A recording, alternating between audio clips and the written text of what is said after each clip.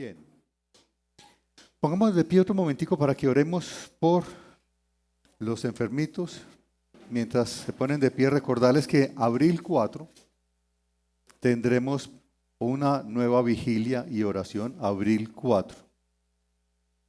Tendremos vigilia y oración desde las 7 de la noche, en 1900 horas, abril 4. Se los estaremos recordando. Padre Santo, te damos gracias por este tiempo, te bendecimos por tu presencia en medio nuestro. Te damos gracias, Señor, porque hasta aquí nos has traído. Nos has bendecido en gran manera. En tu fidelidad, Señor, tú nos has sostenido. Te damos gracias. Asimismo, rogamos, Señor, que pongas tu mano sanadora sobre todos aquellos que a esta hora, los miembros de la iglesia y que están enfermos, que tú pongas tu mano sanadora sobre ellos. Especialmente te pedimos por Lucena y por César Calle, que están pasando por situaciones de enfermedad. Te rogamos que pongas tu mano sanadora sobre ellos en el nombre de Jesús.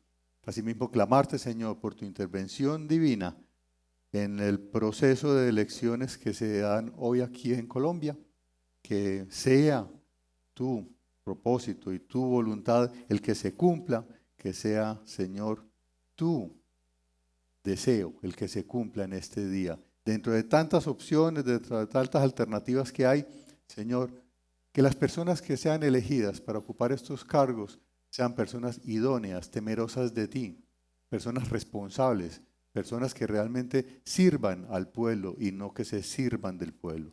Te rogamos que des sabiduría a los que todavía no han votado para hacerlo a conciencia, con diligencia, y el resultado que sea, Señor, el que tú tienes. Y en ese sentido, Señor, te rogamos misericordia por nuestra nación. Te rogamos, Señor, que como nación, seguramente no nos mereceremos el mejor. En tu misericordia, Señor, póngase el mejor. No por lo que nosotros somos, sino por tu Hijo Jesucristo, que es nuestro intercesor, nuestro mediador. Te rogamos que tengas misericordia. Asimismo, que el proceso de elecciones se den en manera pacífica, segura, tranquila, y pues nos vamos preparando para las presidenciales, así que también danos sabiduría para esa ocasión. Te lo rogamos en el nombre de Jesús. Amén. Pueden sentarse.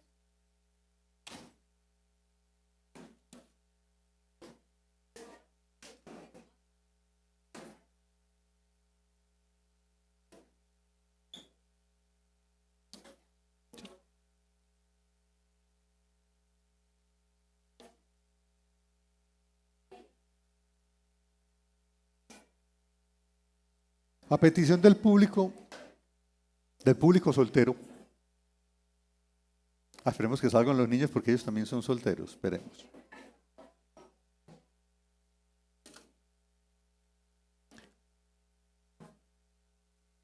A petición del público soltero, vamos a hacer una primera reunión de solteros, o de solos, solas, o de desparejados, también se puede decir.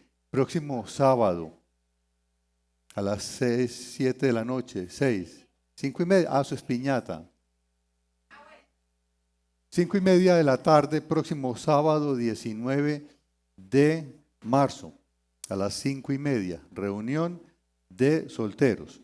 Ese día, pues, si quieren, propondremos otro nombre, si quieren darle otro nombre al grupo, pero la idea es que será la primera reunión que tendremos y ahí resolveremos muchas inquietudes, pero también será un tiempo para meditar en la palabra del Señor, pero para compartir entre nosotros como hermanos también. Así que bienvenidos para la reunión del 19 de marzo a las 5:30, 17:30.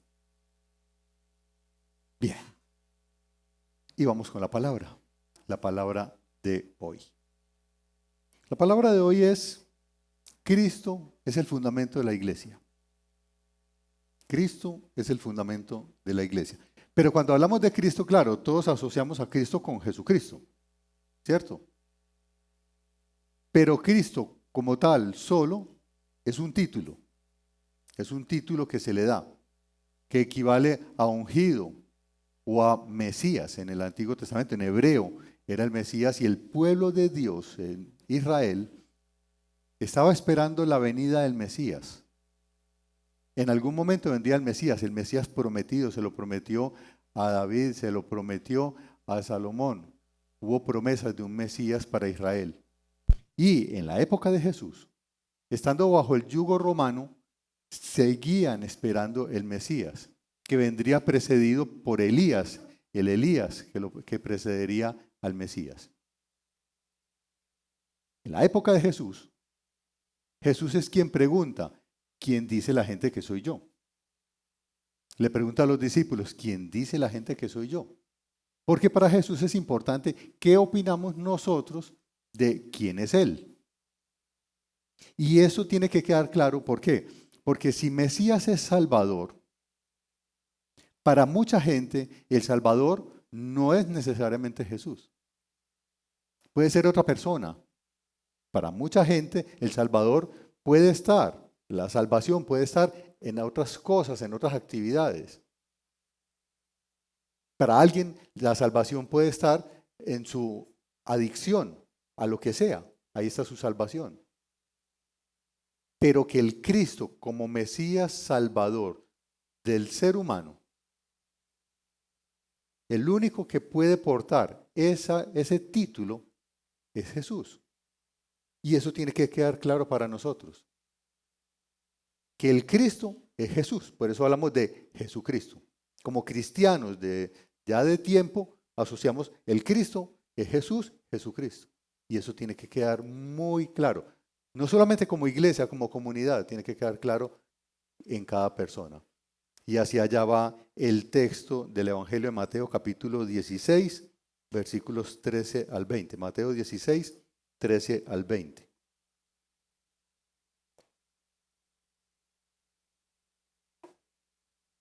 Mientras llegan allá, les recuerdo, en muchas ocasiones Jesús le dijo a los discípulos, cuidado, vendrán muchos haciéndose pasar por Cristo. Y dirán, allí está Cristo o está allí, no se dejen engañar. Porque el único Cristo es Jesucristo. No hay otro. Jesús, el Cristo. Jesucristo. Él dice en el versículo 13, cuando llegó a la región de Cesarea de Filipo, Jesús preguntó a sus discípulos, este es un lugar apartado, muy en las montañas, hacia el monte Hermón. Allá están solitos, él y sus discípulos, apartados de las multitudes. Dice que preguntó a sus discípulos, o sea, a los 12, ¿quién dice la gente que es el Hijo del Hombre? Y aquí una primera nota, el Hijo del Hombre es el título que él se da, pero viene de Daniel, del libro del profeta Daniel. Daniel dice en el capítulo 7 del libro de Daniel, versículo 13, dice, en esa visión nocturna vi que alguien con aspecto humano, o sea, alguien como un hijo de hombre, venía entre las nubes del cielo, tal y como lo hemos visto también en Apocalipsis. Se acercó al venerable anciano y fue llevado a su presencia. Ese es Dios el Padre. Y se le dio autoridad, poder y majestad. Todos los pueblos, naciones y lenguas lo adoraron. Su dominio es un dominio eterno que no pasará y su reino jamás será destruido. Esa imagen de Daniel es la que Jesús aquí cuando pregunta quién dice la gente que es el Hijo del Hombre, está hablando de él. El Salvador, que viene de parte de Dios, que ha de ser adorado por todas las naciones y que trae la libertad y la paz. Entonces, cuando él pregunta, ¿quién dice la gente que es el Hijo del Hombre? Le respondieron, unos dicen que es Juan, el Bautista, otros que Elías y otros que Jeremías o uno de los profetas. Y hasta aquí, pues digamos que hay un elogio al ministerio de Jesús. Ponerlo pues como en la categoría de Elías, de Jeremías, de los profetas, ya es bueno. Tenerlo por profeta ya es bueno, pero eso no es suficiente. No es solamente quien viene de parte de Dios a hablar las verdades de Dios, sino que Él mismo es Dios, el Cristo, el Hijo del Hombre, porque viene de Dios, nacido por medio de María, pero es Hijo de Dios por obra y gracia del Espíritu Santo. Y eso es importante tenerlo en cuenta. no es simplemente un profeta.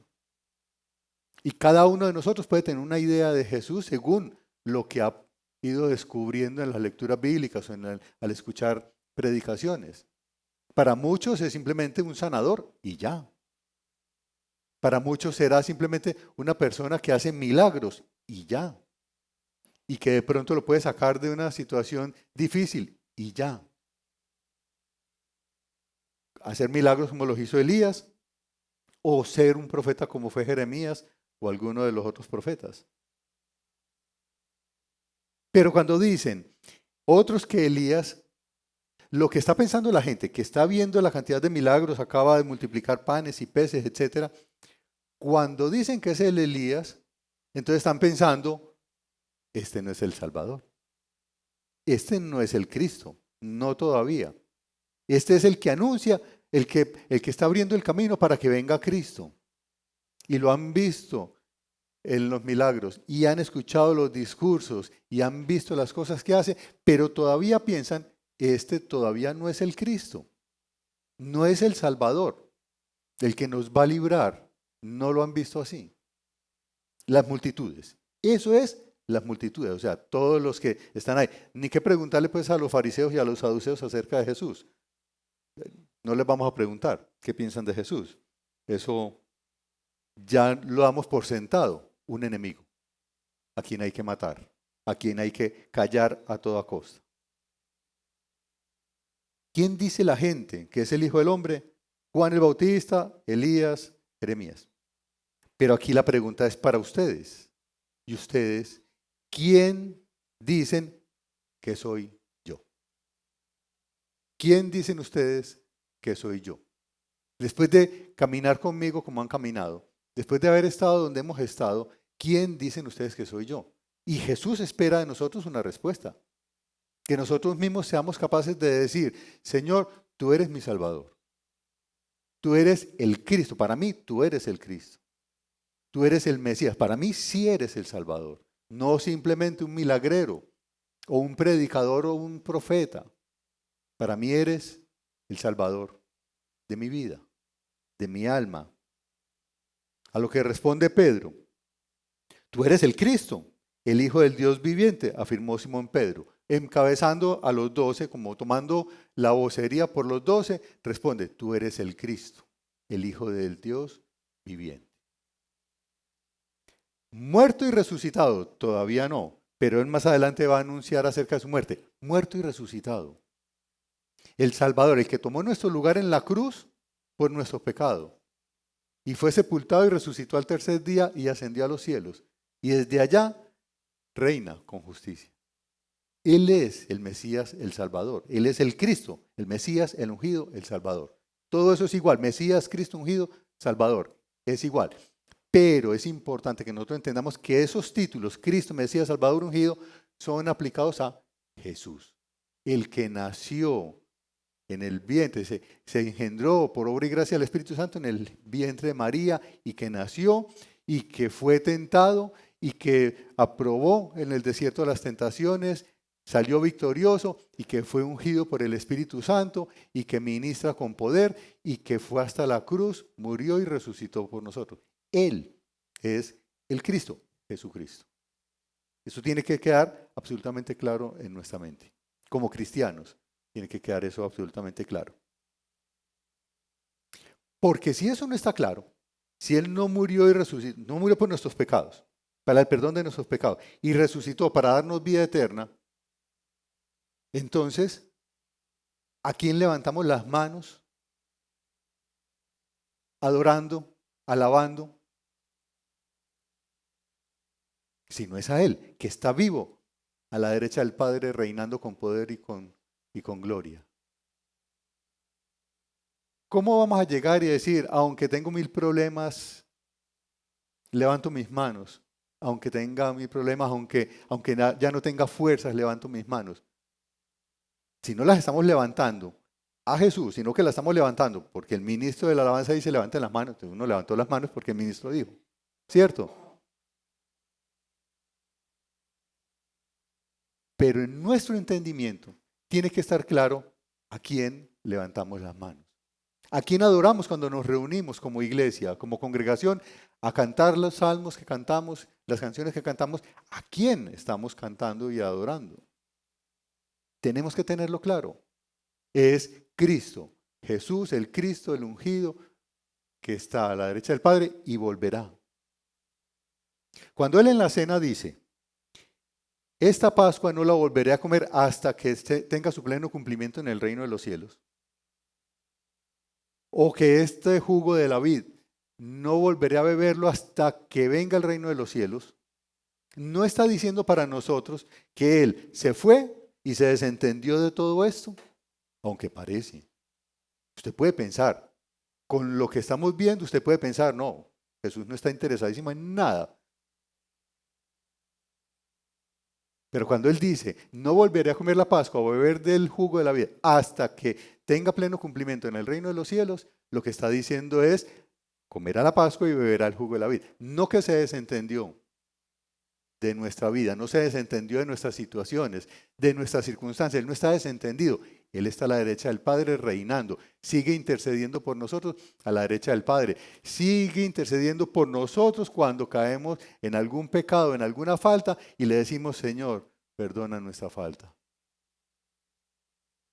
Y Él intercede ante el Padre por nosotros cuando hemos faltado. Tenemos que llevar una vida de dedicación y de consagración a Cristo, que vive y reina por los siglos de los siglos.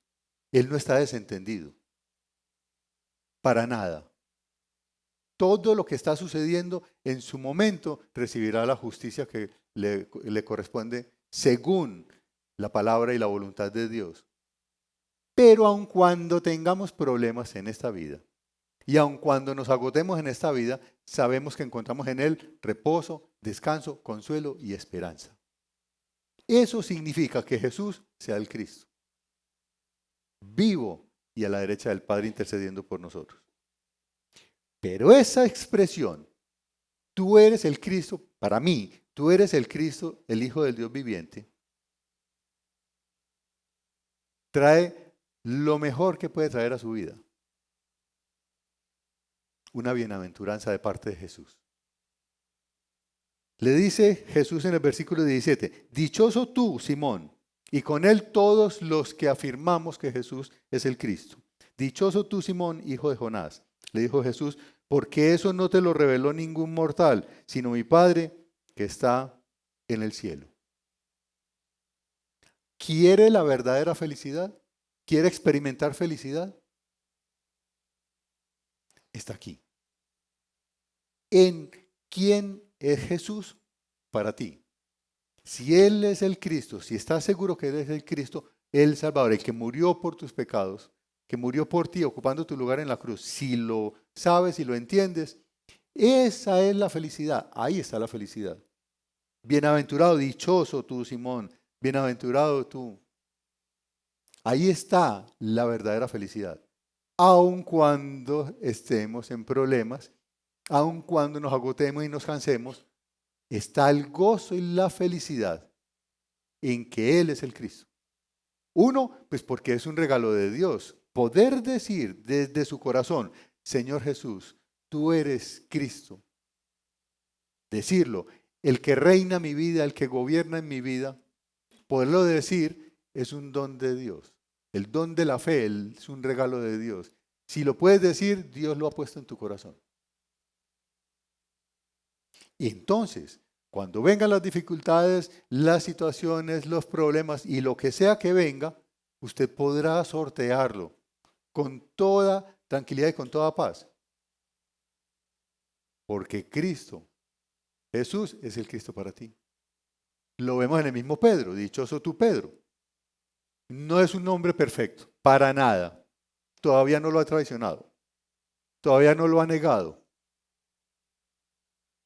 Todavía en Gálatas, Pablo tiene que llamarle la atención a Pedro por su comportamiento delante de una reunión de una vigilia.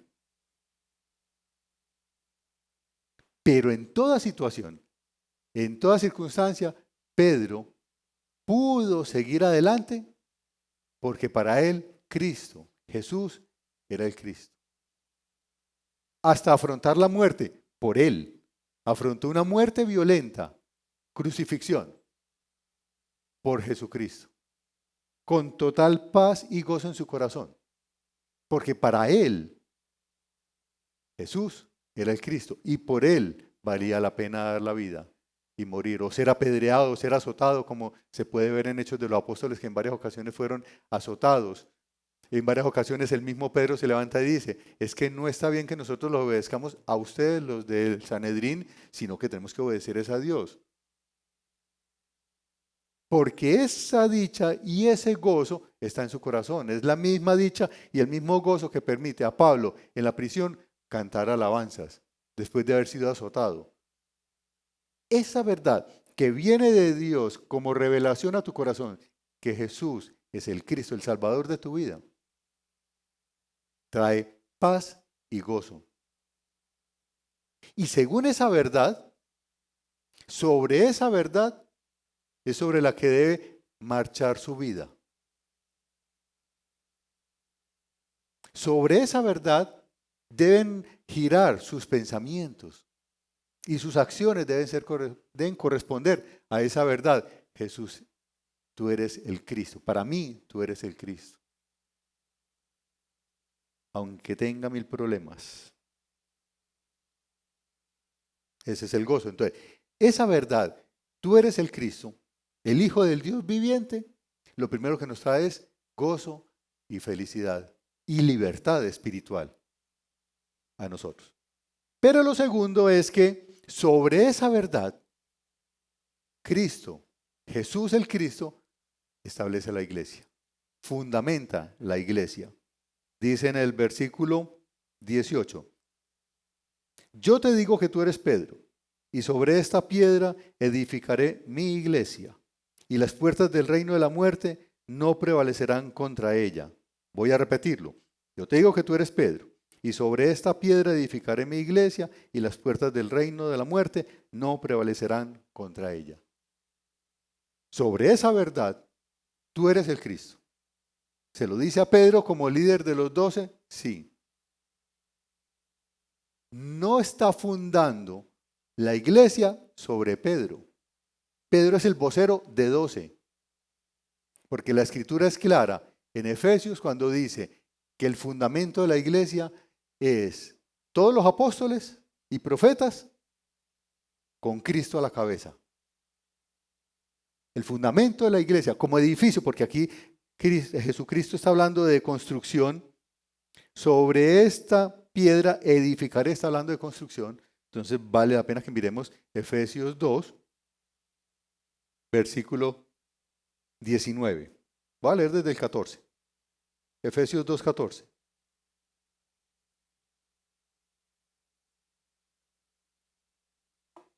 Es solo uno de muchos textos donde se habla de la iglesia como una construcción, como un edificio. Efesios 2:14 dice, porque Cristo es nuestra paz. ¿De dónde viene? De que Jesús es el Cristo. De ahí viene nuestra paz. De los dos pueblos ha hecho uno solo, derribando mediante su sacrificio el muro de enemistad que nos separaba a los judíos de los gentiles. Pues anuló la ley con sus mandamientos y requisitos. Esto lo hizo para crear en sí mismo de los dos pueblos una nueva humanidad, al hacer la paz, para reconciliar con Dios a ambos en un solo cuerpo mediante la cruz, por la que dio muerte a la enemistad. Él vino y proclamó paz a ustedes que estaban lejos, para nosotros los gentiles, y paz a los que estaban cerca, los judíos.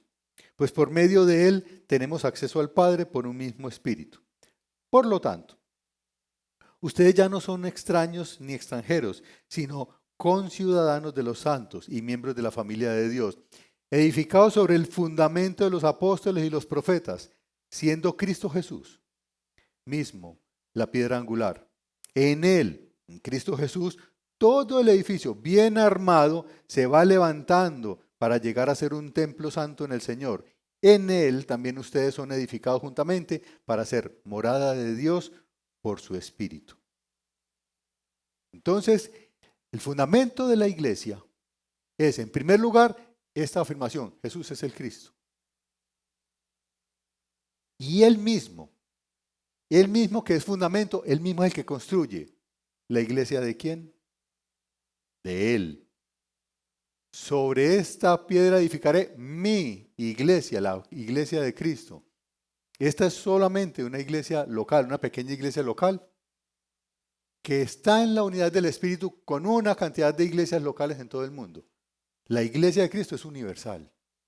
No somos solamente nosotros. La iglesia de Cristo somos nosotros, más todos aquellos que confiesan que Jesús es el Cristo. Más todos aquellos que ya murieron y están en la presencia de Cristo mismo. La iglesia que está en el cielo. Todo eso es la iglesia de Cristo. Todo eso es el reino de los cielos. Pero el fundamento tiene que ser Cristo y los apóstoles. Eso pues para afirmar que no hay una sucesión apostólica a partir de Pedro. Pero indudablemente los apóstoles reconocieron y Jesús mismo le dio el liderazgo a Pedro, dentro de los 12 le dio el liderazgo a Pedro. Pero todos los apóstoles y profetas están en el cimiento y Cristo sigue siendo la cabeza, la piedra angular en esa edificación. Y de ahí se va construyendo sobre esa realidad, sobre esa verdad de Jesús como Cristo y la verdad y la predicación de los apóstoles y el mensaje de los profetas se va edificando y ahí estamos nosotros siendo edificados y construidos. La iglesia se va construyendo y nosotros somos parte, un ladrillito dentro de esa construcción, para residencia del Espíritu Santo. Entonces esa verdad, Jesús es el Cristo, es motivo de gozo y de alegría, es la verdad fundamental de la iglesia está fundada sobre esa verdad, pero también se establece el ministerio de predicación de la palabra y de disciplina en la iglesia, como se ve a continuación. Versículo 19 dice, te daré las llaves del reino de los cielos. Todo lo que ates en la tierra quedará atado en el cielo, y todo lo que desates en la tierra quedará desatado en el cielo. Y hablamos de disciplina, pero también hablamos que la predicación de la palabra es lo que proporciona al inconverso el acceso a la iglesia, al reino de los cielos. Y mire que está hablando del reino de los cielos. Deja de hablar de la iglesia para hablar del reino de los cielos, que es más que la iglesia. La iglesia es una expresión visible del reino de los cielos. Formamos parte del reino de los cielos. Hemos sido sentados en lugares celestiales, dice Efesios también. Pero el reino de los cielos es más grande que la iglesia misma. La iglesia forma parte, está relacionada con el reino de los cielos de esa manera. Y es la predicación la que abre puertas para que inconversos entren en el reino de los cielos. Pero también es la predicación la que hace que personas sean sacadas de la iglesia o de ese reino de los cielos. Porque todo tiene que estar filtrado a partir del fundamento, la predicación de los apóstoles y de la palabra de Jesús y de Jesús mismo. Esa es el parámetro a seguir, la palabra de Jesús. Tú eres el Cristo. Eso es lo que rige. Cualquier cosa que menciona las puertas del enemigo, del Hades, de la muerte, las llaves las puertas del reino de la muerte no prevalecerán, es porque el enemigo busca de muchas maneras meter doctrinas falsas en la iglesia para disolverla o para restarle fuerza y restarle valor, para restarle importancia. El enemigo busca meter mentiras, hacer campañas publicitarias, políticas contrarias, a disolver matrimonios para disolver también el núcleo de la sociedad y de la familia y de la iglesia. a meter enemistades entre miembros de la congregación. Ahí está el enemigo activo, trabajando. Pero con todo lo que haga el enemigo, no podrá contra la iglesia. Pero entonces, como ministros, pero como miembros también de la iglesia y pertenecientes al reino de los cielos, todos tenemos que velar por la pureza en la doctrina. Velar porque cada uno tenga claro en su entendimiento, en su corazón, que Jesús es el Cristo, el Salvador. Y eso tiene que ser el modelo y el parámetro a seguir. Cualquier cosa que no se ajuste a eso tiene que ser corregido. En el capítulo 18, ahí mismo de Mateo, Jesús menciona, además de la disciplina,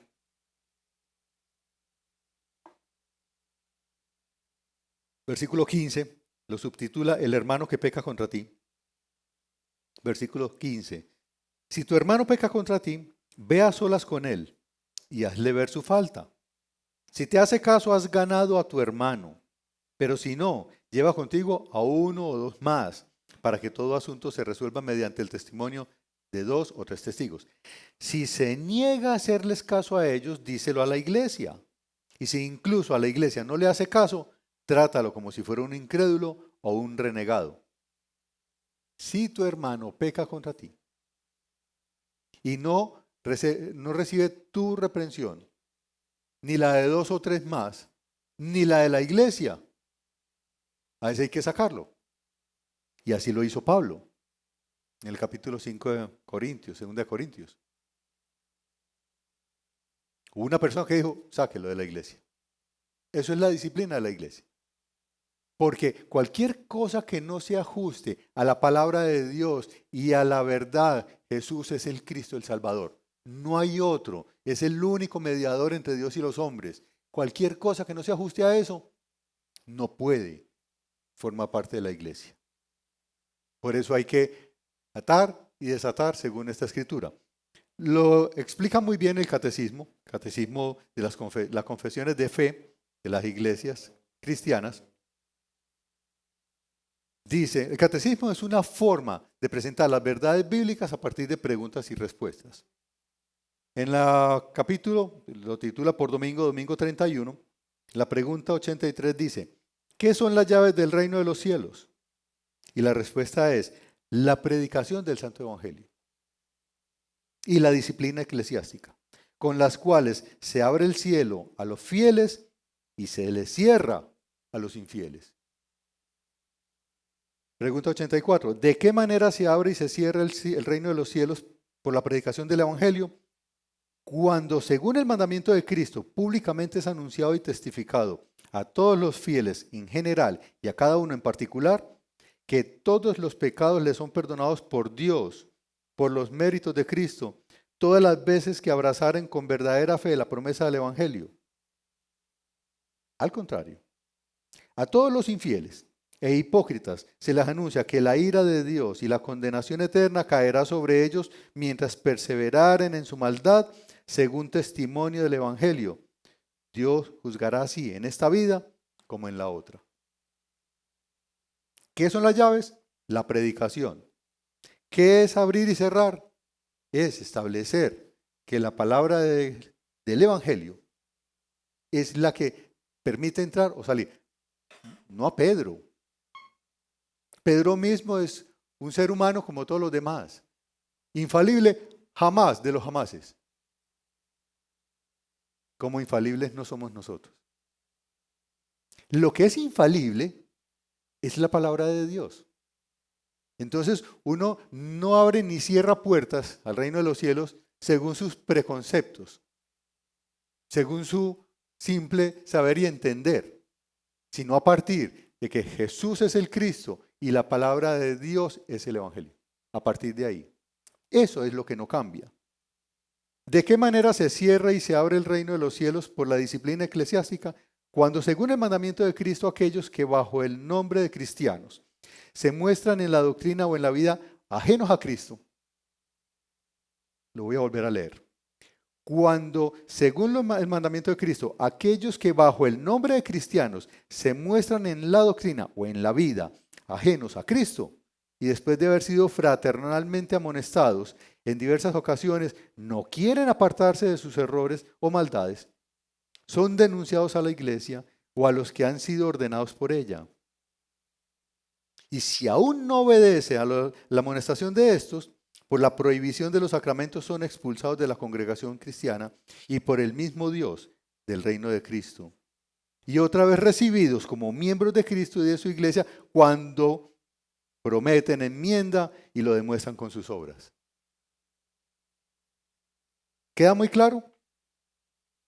Creo que es suficientemente ilustrativo el catecismo cuando dice que es la doctrina, el evangelio, el que determina la palabra de Cristo, la verdad de que Jesús es el Cristo, muerto y resucitado, ascendido a los cielos, y que nuevo vendrá con gloria para juzgar a vivos y muertos y su reino no tendrá fin. Esa verdad es la que es el fundamento para la iglesia. Cualquier cosa que no se ajuste a eso, entonces debe ser reprendido. Es mentira, es falso, es un falso cristiano.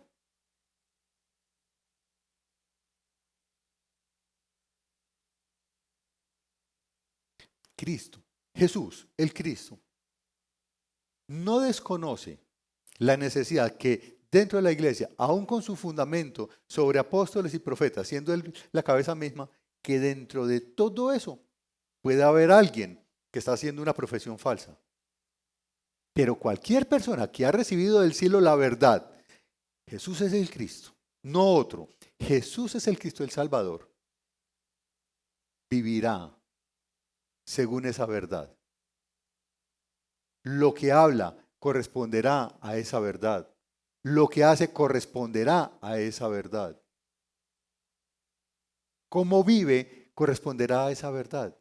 Porque no puede ser que el Padre traiga esa revelación y experimente uno el gozo de la salvación para seguir viviendo como un impío. No tiene sentido. No tiene lugar en la iglesia. Y eso debe ser corregido. Pero no es el momento, en este escrito, no es el momento todavía para promulgarlo a todos los vientos. Están aquí en la intimidad, en el monte. Están en esa intimidad, él y los 12. Y les dice, todavía no le digan esto a la gente. La gente lo sabrá más adelante. Esperen un tantico a que llegue la crucifixión, la muerte, la resurrección, para que todo el mundo, y ahí sí a decirle a todo el mundo, Jesús es el Cristo. Por eso les dice en el versículo 20, les ordenó a sus discípulos que no dijeran a nadie que Él era el Cristo, porque si se anticipan a decir eso en este momento del ministerio de Jesús, entonces las revueltas y las dificultades y los problemas van a impedir que Él pueda ejecutar su ministerio terrenal. Van a truncar el ministerio que tiene que llegar en su desarrollo, está madurando y tiene que llegar en su desarrollo al momento de la cruz. Finalmente igual va a morir por esa verdad. Y es esa verdad la que lo va a llevar a la muerte. Que Él es el Cristo, el Hijo del Dios viviente, que viene a rescatar al mundo. Cuando Pedro dice, tú eres el Cristo, el Hijo del Dios viviente, la opresión de Roma siguió. Y murió Cristo, y resucitó y ascendió a los cielos, y la presión de Roma siguió. Todavía hasta el año 70, 30 y pico años después, todavía está la presión de Roma. Nada ha cambiado. En lo político nada ha cambiado, porque es que Él no vino a resolver un problema político. Vino a resolver la enemistad que había entre nosotros y Dios. Y es Dios el que te muestra el corazón, a cada uno en particular, muestra el corazón su condición espiritual de pecado y lo lejos que está de Él y su santidad. cuando es Él el que trae esa verdad, te redarguye pecado de justicia y de juicio. Entonces, lo que procede ahí, lo que sigue es postrarse sobre las rodillas y reconocer que tú, Jesús, eres el Cristo. Para gloria de Dios Padre. Y lo que sigue de ahí es que su Espíritu Santo viene a morar en ti, a hacer toda la transformación que tiene que hacer en nosotros. Y es una transformación que va a ser de todos los días, toda nuestra vida hasta el final, hasta que muramos. Va a seguir el Espíritu Santo trabajando en nosotros, sacando una cantidad de basura que tenemos ahí, una cantidad de horas y grabaciones que hay en nuestra mente, en nuestro corazón, de todo lo que hemos vivido. Unos más, otros menos, según sus edades, según sus creatividades, según sus posibilidades y oportunidades.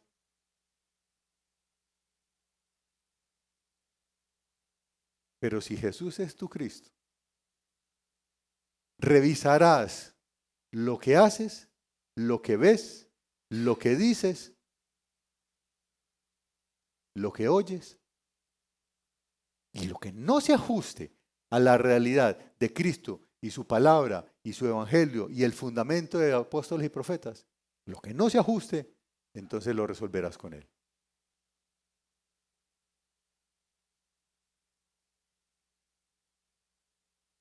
No tenga que llegar alguien a decirte algo contra eso. Pero si llega el momento en que alguien te dice, el camino por el que vas no corresponde a alguien que ha profesado a Jesús como Salvador y que está dentro de la iglesia de Cristo y que es cristiano, si eso no corresponde y no lo evalúa siquiera y no lo revisa siquiera en humildad,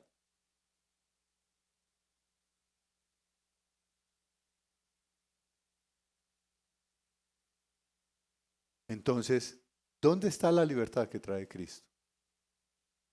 ¿Dónde está la santidad que Él te da por su Espíritu Santo?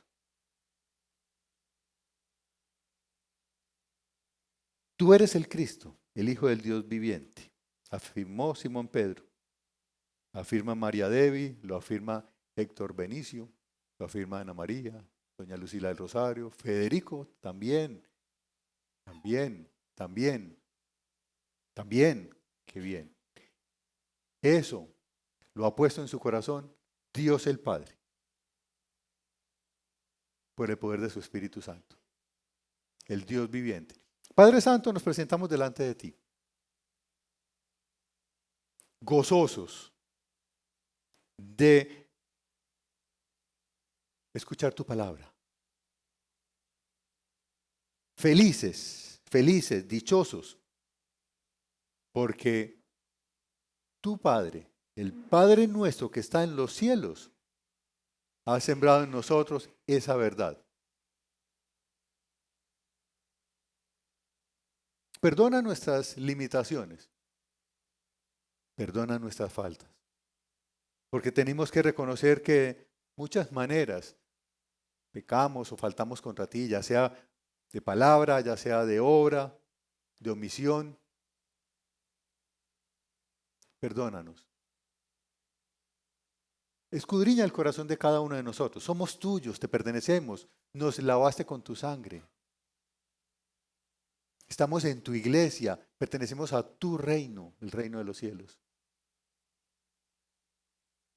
Examina nuestro corazón, porque queremos, en el gozo de la salvación que tú nos das, queremos vivir una vida que te agrade, porque solamente tú eres merecedor de toda honra, gloria y alabanza, y tú eres merecedor de que nosotros vivamos una vida, así como tú diste tu vida en la cruz.